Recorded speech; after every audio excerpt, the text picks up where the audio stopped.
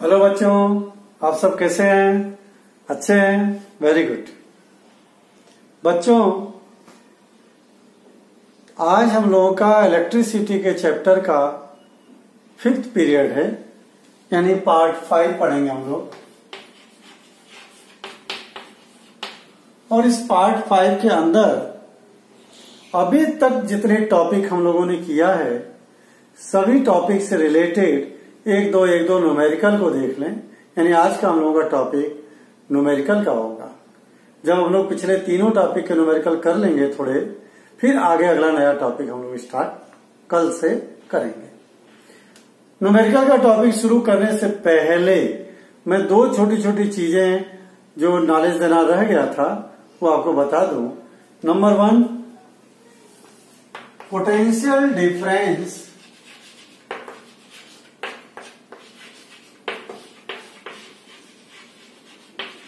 is also known as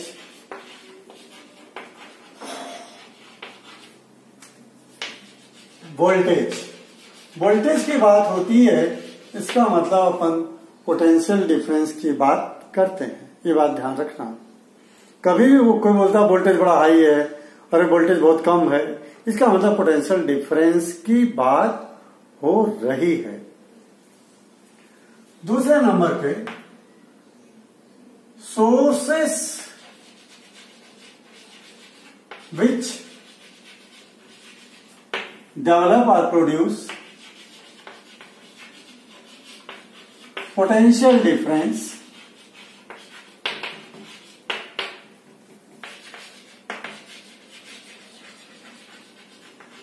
और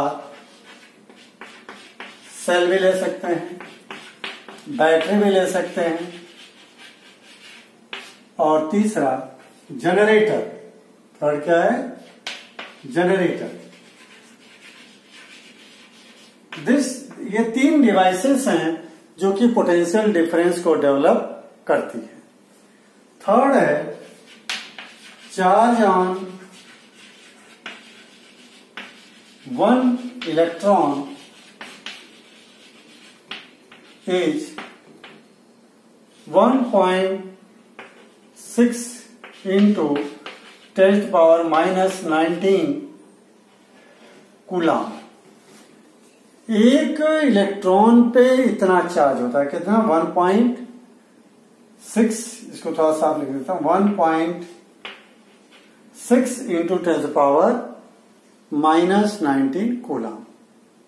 ये knowledge आपको थोड़ा सी मैंने बताई। तो ये क्वेश्चन 1 मार्क्स में या एमसीक्यू में तीनों ही पूछे जाते हैं। अब हम लोग छोटे छोटे न्यूमेरिकल देखते हैं जो हमारे एनसीईआरटी बुक से बेस्ड हों। इसको आप नोट कर लेंगे सभी लोग। ओके,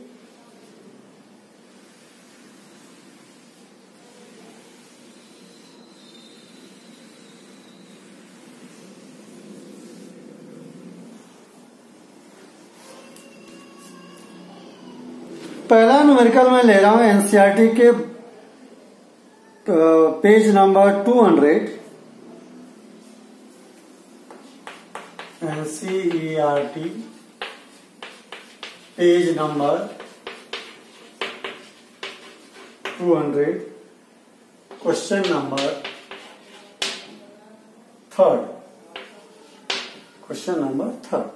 क्वेश्चन ये कह रहा है, calculate the number of electron constituting 1 coulomb of charge. 1 coulomb charge के लिए कितने इलेक्ट्रॉन चाहिए? Calculate the number of electron constituting 1 coulomb charge. आपने देखा कि 1 इलेक्ट्रॉन का चार्ज मैंने अभी बताया कितना था। इसका आंसर मैं सॉल्यूशन लिख रहा हूं। 1.6 into 10⁻⁻19 coulomb charge carried by 1 electron. 1 electron इतना चार्ज कैरी करता है। इस न्यूमेरिकल को मैं यूनिटरी मेथड से अरेंज कर लेता हूं। यानी 1.6 into 10⁻⁻19 coulomb charge carried by is equal to 1 electron. Then 1 coulomb charge is carried by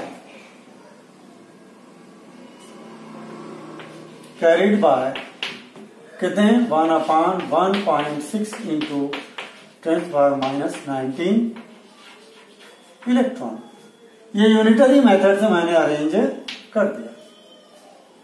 अब इसी न्यूमेरिकल को आप देखिए 1/1.6 यानी पॉइंट हटा के यहां 10 कर लो, ये इंटू 10 के पावर 19, 10 को डिवाइड करना 16 से। अब तो एक काम करो कि यहां से 0 और कम करके यहां बढ़ा लो, ये हो जाएगा 100/16 इंटू 10 के पावर 18।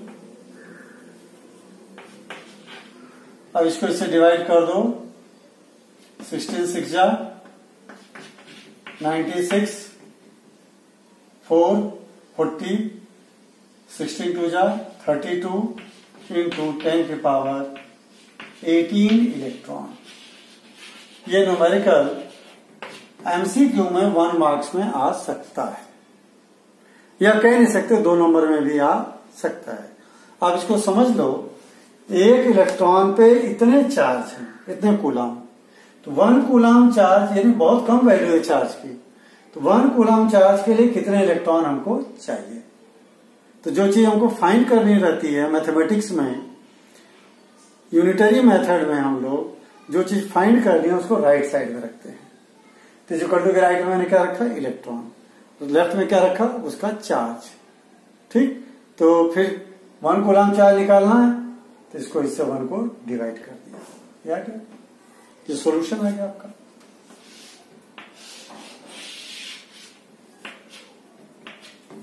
ये आंसर हो गया। दूसरा न्यूमेरिकल देखते हैं।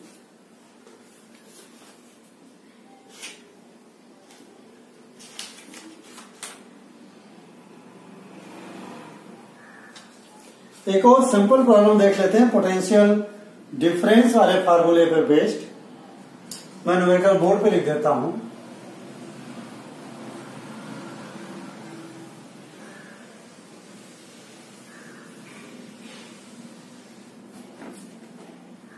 एन इलेक्ट्रिक हीटर क्वेश्चन है,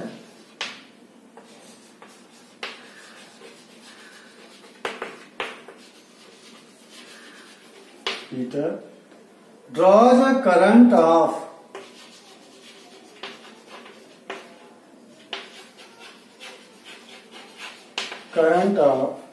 0.5 एम्पियर, कितना 0.5 ampere for 5 minutes, for 5 minute तक इतना करंट वो ड्रॉ कर रहा है।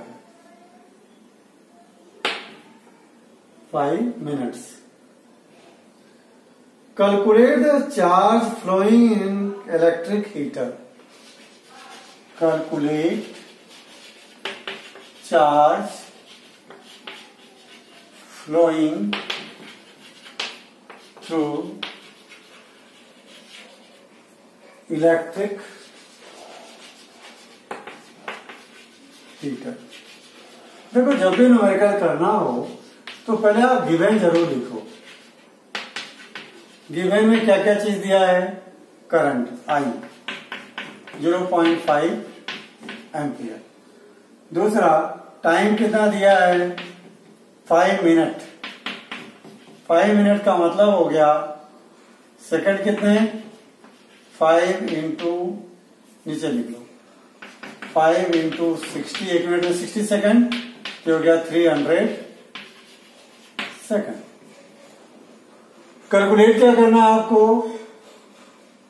चार्ज, इस चार्ज कैलकुलेट करना आपको, यानी क्यू कैलकुलेट करना है।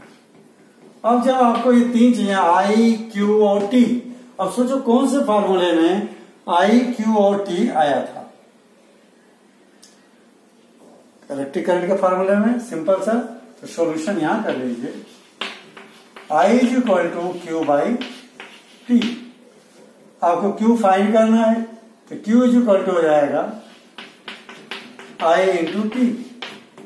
आई कितना है 0.5, टी कितना है 300, मल्टीप्लाई कर दीजिए 0 0 50, यानी डेसिमल एक डिजिट छोड़ के लगा दीजिए, तो 150 के करीब जो है 150 कूलाम से आ गया, ये सॉल्यूशन हो गया। तो बच्चों गिवन जरूर लिखें और ये टू फाइंड भी जरूर लिखें, इससे आपको न्यूमेरिकल करने में इजी रहेगा। फट फार्मूला कौन सा लगेगा ये आप इजीली सोच पाएंगे। अपन अब अगला न्यूमेरिकल देखते हैं। एक और आपको स्टेटमेंट में लिखवा दूं, वो पहला वाला जैसे पॉइंट बताया था उसी तरह से ये भी, मिली एम्पियर, एम्पियर और माइक्रो एम्पियर इनका रिलेशन भी जान लें। कई न्यूमेरिकल में अगर वैल्यू मिली एम्पियर में दिया है, आपको न्यूमेरिकल में आपको वैल्यू एम्पियर में ही फीड करना है। तो 1 ampere is equal to 1000 milli ampere,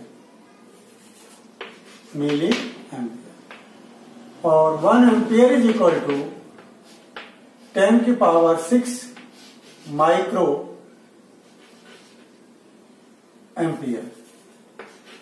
ये माइक्रो एम्पियर और ये milli ampere, M for milli, A for ampere, ये माइक्रो का साइन है, ये एम्पियर। यानी एम्पियर बहुत बड़ी वैल्यू है, उसमें 1000 मिली एम्पियर होंगे, और माइक्रो एम्पियर उससे छोटी वैल्यू है, 1 एम्पियर में 10 लाख के करीब जो है माइक्रो एम्पियर होंगे। अब हम लोग न्यूमेरिकल अगला देखते हैं। ये एनसीईआरटी के बुक का पेज नंबर 202, एंड ये आपको याद रखना है relation, NCERT page number 202। Numerical में हमको वैल्यू एम्पियर में ही लेना है, अगर इसमें दिया तो उसको चेंज करेंगे, 1 को 1000 से डिवाइड करेंगे, तो मिली एम्पियर बदल जाएगा एम्पियर में। यानी 1000 को डिवाइड कर देंगे, 1000 से डिवाइड कर देंगे एम्पियर को, मिली एम्पियर को 1000 से डिवाइड कर देंगे तो बन जाएगा एम्पियर। क्वेश्चन बच्चों, how much energy is given to each coulomb. देखें लिख देता हूं मैं, हाउ मच, ये भी क्वेश्चन नंबर 3 है,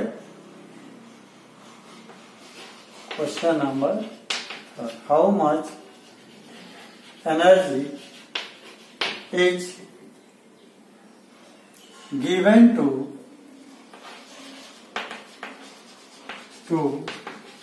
each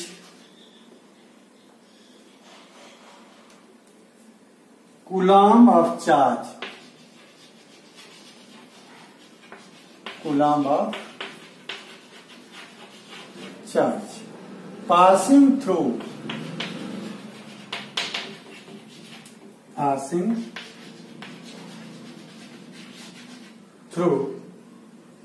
6 volt बैटरी। ये वाला है how much energy given to each coulomb of charge, यानी एनर्जी निकालना है, चार्ज दिया ईच कूलाम मतलब 1 कूलाम, यानी गिवन क्या क्या है पहले नोट कर लो, गिवन है ये सॉल्यूशन, नंबर 1 क्या है चार्ज, चार्ज कितना है 1 कूलाम, पासिंग थ्रू 6 वोल्ट, यानी पोटेंशियल डिफरेंस कितना है 6 वोल्ट। पता क्या करना है, टू फाइंड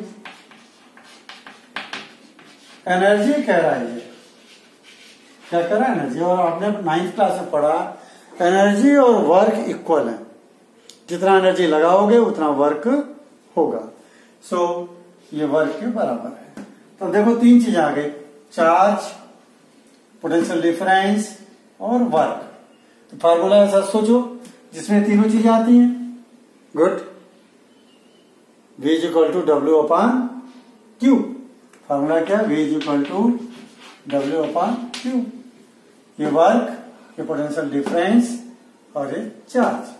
तो V की वैल्यू कितनी है? 6 is equal to W upon Q कितना है? 1। तो ये हो गया W is equal to 6 joule. Work कितना हुआ? 6 जूल। वर्क ही क्या है? एनर्जी। कितनी एनर्जी लगानी पड़ेगी? 6 जूल। ये आ गया आंसर आपका।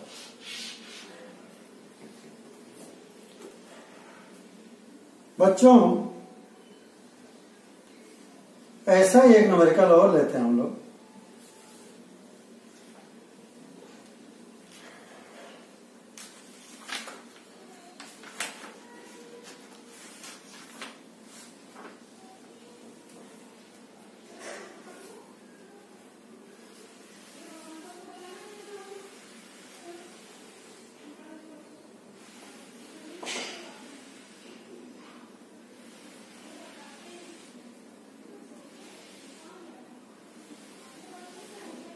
एक न्यूमेरिकल अलग एक्स्ट्रा ले रहा हूं मैं, जो एनसीईआरटी बुक्स में नहीं है। How much work is done in moving charge of 2 coulomb. जरा इसमें 2 वैल्यू आएंगे, इसे थोड़ा आपको करा दो इस तरह का भी। How much work is done, कितना काम करना पड़ेगा।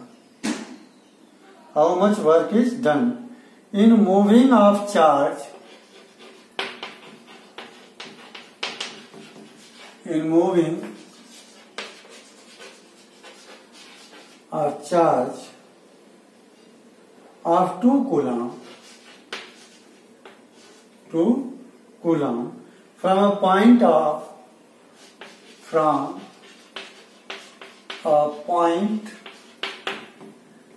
at 118 volt, at 118 volt to point at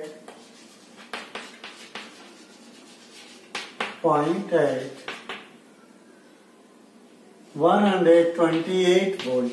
जरा देखो न्यूमेरिकल को पढ़ा। How much work is done, यानी वर्क निकालना है। टू फाइंड में क्या लिखेंगे? वर्क।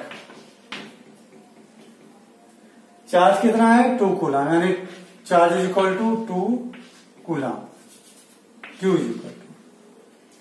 अब पोटेंशियल डिफरेंस के लिए बोला 2 एंड है, मान लीजिए वायर है, एक एंड ये, एक एंड ये। एक पर 118 वोल्ट है और दूसरे पर 128। ये दोनों पॉइंट हो गए। ये पोटेंशियल इसका है, ये पोटेंशियल इसका है। तो डिफरेंस कितना हुआ? 128 माइनस 118, यानी 10 वोल्ट का पोटेंशियल डिफरेंस आ गया। यानी V is equal to 128 minus 118 is equal to 10 volt. V आ गया। सिंपल फॉर्मूला हो गया। V is equal to W upon Q. V की वैल्यू कितना हो गई? 10। Q की वैल्यू कितना है? 2। तो W इज इक्वल टू क्या हो गया?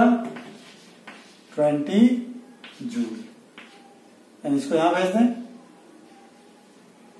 10 इंटू 2 20 जूल। यह क्या वर्क इजी वे में। ऐसे बच्चों हम लोगों ने करंट का एक न्यूमेरिकल कर लिया, पोटेंशियल डिफरेंस का कर लिया। अब एक न्यूमेरिकल हम लोग रजिस्टिविटी का देखते हैं।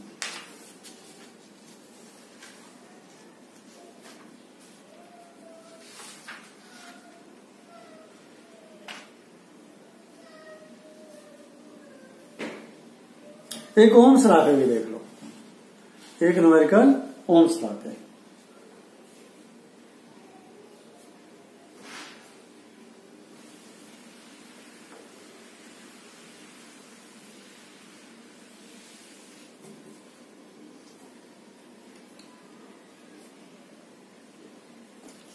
Calculate the potential difference required across a conductor of resistance 6 ohm to make current of 2.5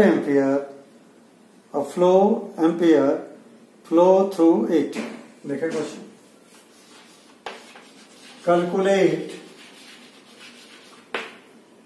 the potential difference, PD मतलब potential difference required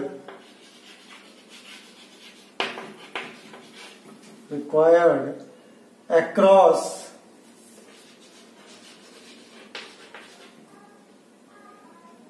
a conductor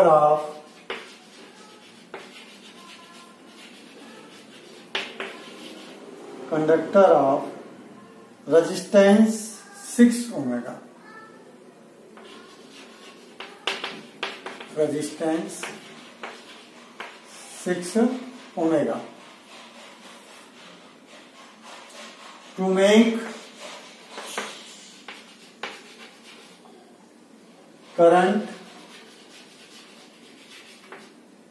of 2.5 ampere through it.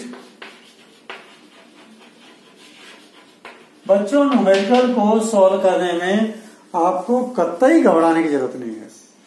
घबराएगा वही बच्चा जो केवल न्यूमेरिकल को पढ़ेगा। न्यूमेरिकल को बार बार पढ़ने से कुछ नहीं होगा, आप घबराहट होगी। आप गिवन लिखना शुरू करो। जैसे गिवन लिख दोगे न्यूमेरिकल को पढ़ करके आपको इजीली दिमाग काम करेगा कि कौन सा फार्मूला मुझे लगाना है। इसलिए कभी भी न्यूमेरिकल को केवल पढ़ करके क्या करूं नहीं सोचना है। पढ़ते जाओ, जो जो चीजें गिवन है उनको लिखते जाओ।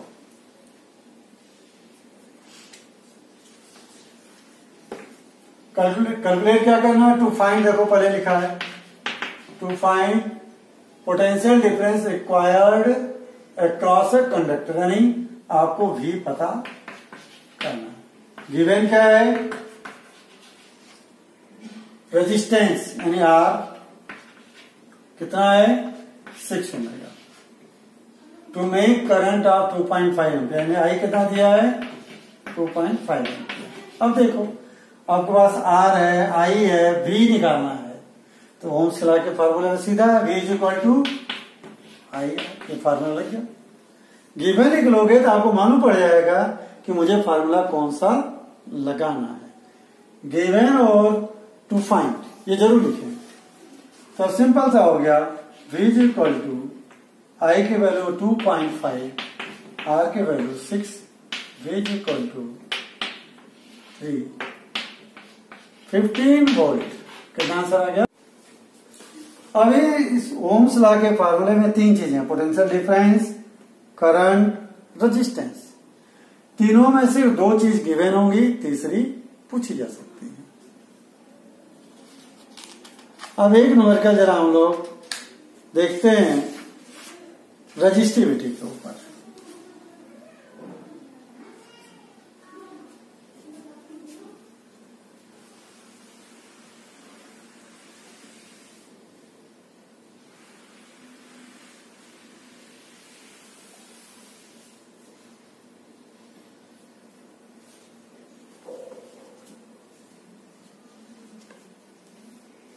बड़ा ही इंपॉर्टेंट फार्मूला है, बहुत छोटा सा न्यूमेरिकल है ये, और मेरे ख्याल से अपने एनसीईआरटी के बुक में भी है ये। मैं लिख देता हूं, बहुत ही आईएमपी न्यूमेरिकल है ये।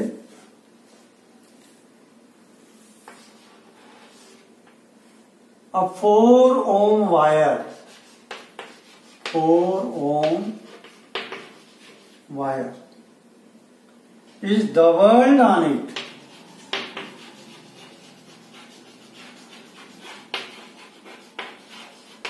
doubled on it. Calculate the new resistance of the wire.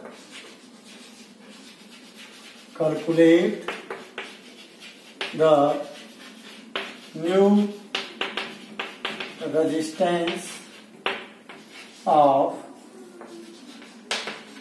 बच्चों देखो सिंपल सी बात कह रहा है, ये कह रहा है कोई लंबा तार है, इतना लंबा, जिसका रेजिस्टेंस कितना है? 4 ओम। इसको बोल दिया double down it. Double down it मतलब ऐसे मोड़ दिया, डबल कर लिया, यानी लेंथ कितनी हो गई, आधी। लेंथ पहले इतनी थी, अब डबल कर लिया तो हाफ लेंथ हो गई। ठीक, तार को उसी के ऊपर मोड़ दिया। ये तार की लंबाई मोड़ो तो ऐसे आधा हो गया, लेकिन उसकी मोटाई क्या हो गई, देखिए डबल हो गई, क्रॉस सेक्शन एरिया डबल हो गया। तो वो पूछ रहा है कि नया जो वायर बना जिसकी लेंथ आधी हो गई है उसका रेजिस्टेंस फाइंड करें। तो इसके लिए बच्चों सिंपल सा तरीका देखें। गिवन लिख लो पहले। गिवन में कुछ नहीं दिया, R इज इक्वल टू 4, और पूछ रहा है टू फाइंड क्या करना हमको, न्यू रेजिस्टेंस।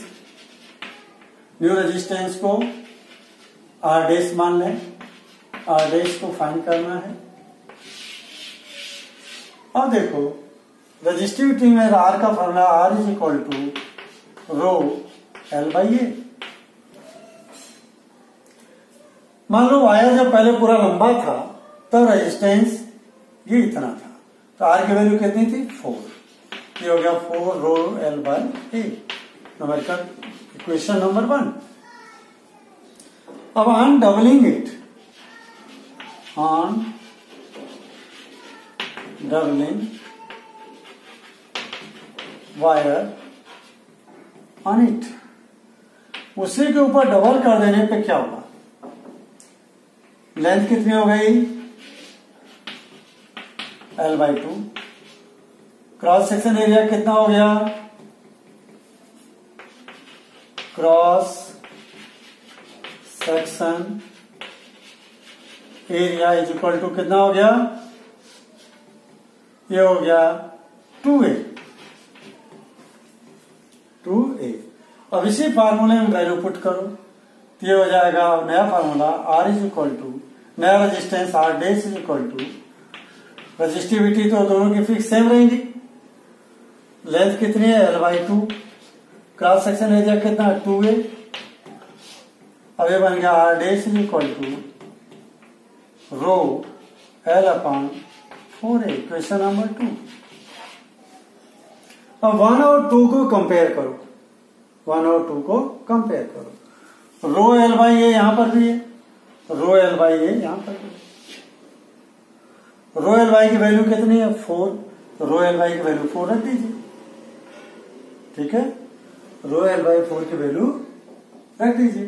तो देखिए क्या होगा, R dash is equal to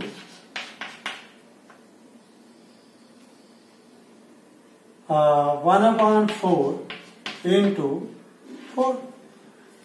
देखिए ये 1/4 है, ये 1/4। Rho L by A, rho L by A जो कर लो कितना 4, इन पूरे की जगह मैं मल्टीप्लाई में 4 से 4 cancel. R dash is equal to 1। ये जो है नया रेजिस्टेंस कितना हो गया, कम हो गया, 1/4 हो गया।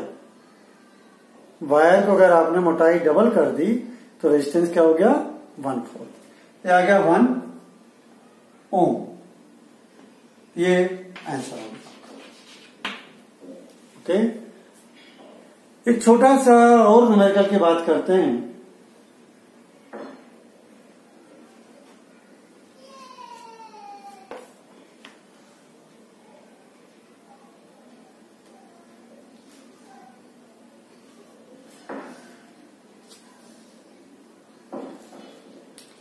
Calculate the resistivity of a conductor having resistance 2 ohm, length 1 meter and cross section area 0.01 metre square. इसको ले लेते हैं।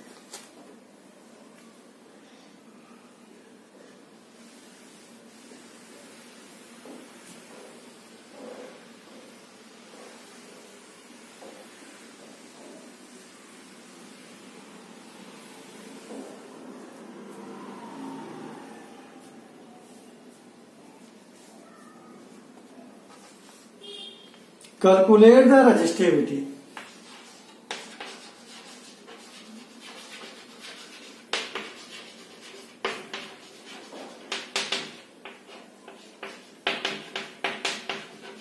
Calculate the resistivity of a conductor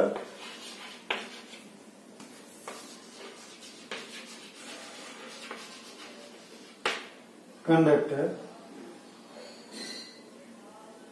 having resistance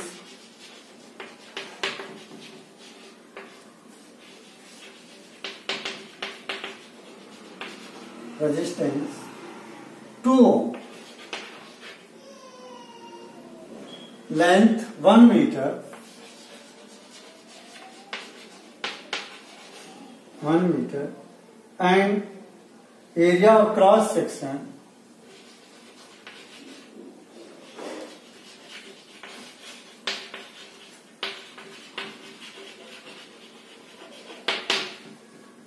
0.01 metre square. अब इसका पहले गिवन लिख लो आप। गिवन में क्या क्या दिया आपको? Resistance R is equal to 2 ohm, और लेंथ दिया आपको कितना? 1 मीटर। क्रॉस सेक्शन एरिया दिया आपका 0.01 मीटर स्क्वायर। फाइंड क्या करना है? To find resistivity.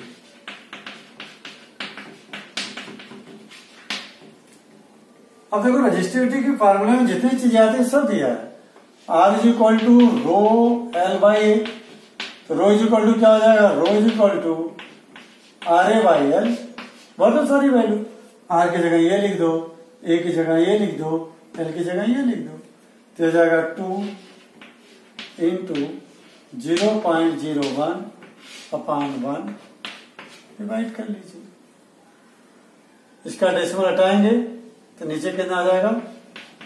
100, यानी 2 अपॉन 100 इज इक्वल टू ये रेजिस्टिविटी रो। 2 को 100 से डिवाइड कर दीजिए, 0.02 आंसर आ गया 0.02 रो ओम मीटर। ओम ये आ गया रेजिस्टिविटी। क्या सॉल्यूशन आपका? ओके बच्चों, ये मैंने आज के डेट में इलेक्ट्रिसिटी के चैप्टर से पोटेंशियल डिफरेंस के 2 न्यूमेरिकल करा दिए, ओम्स लॉ का न्यूमेरिकल करा दिया, रेजिस्टिविटी के 2 न्यूमेरिकल करा दिए, करंट से रिलेटेड न्यूमेरिकल करा दिया आपको। बच्चों अब अगला टॉपिक जो हम लोग लेंगे, कॉम्बिनेशन ऑफ रेजिस्टेंसेस। हमारे अभी छोटे छोटे 3 टॉपिक बचे हैं। मेरे को लगता है 3 पीरियड में हम लोग का चैप्टर खत्म हो जाएगा। बच्चों न्यूमेरिकल की प्रैक्टिस, बहुत टफ न्यूमेरिकल में नहीं भागना। कारण बता दूं, ये का यही चैप्टर क्लास 12th में भी है। जितनी बातें आप यहां पढ़ रहे हैं वहां पर भी है, लेकिन इसी से रिलेटेड न्यूमेरिकल और डीप टफ भी होते हैं। लेकिन हमको टफ न्यूमेरिकल के पीछे नहीं भागना है। हमको एनसीईआरटी के बुक में जितने सॉल्व्ड न्यूमेरिकल दिए हैं उनकी प्रैक्टिस करनी है, और एक्सरसाइज में जो न्यूमेरिकल दिए हैं उनकी प्रैक्टिस करनी है। ब्लू क्वेश्चन में जो न्यूमेरिकल हैं उनकी प्रैक्टिस करनी है। बस इससे अलग हमको प्रैक्टिस करने की जरूरत नहीं है। ओके बच्चों, have a good day. Board exam में इन्हीं में से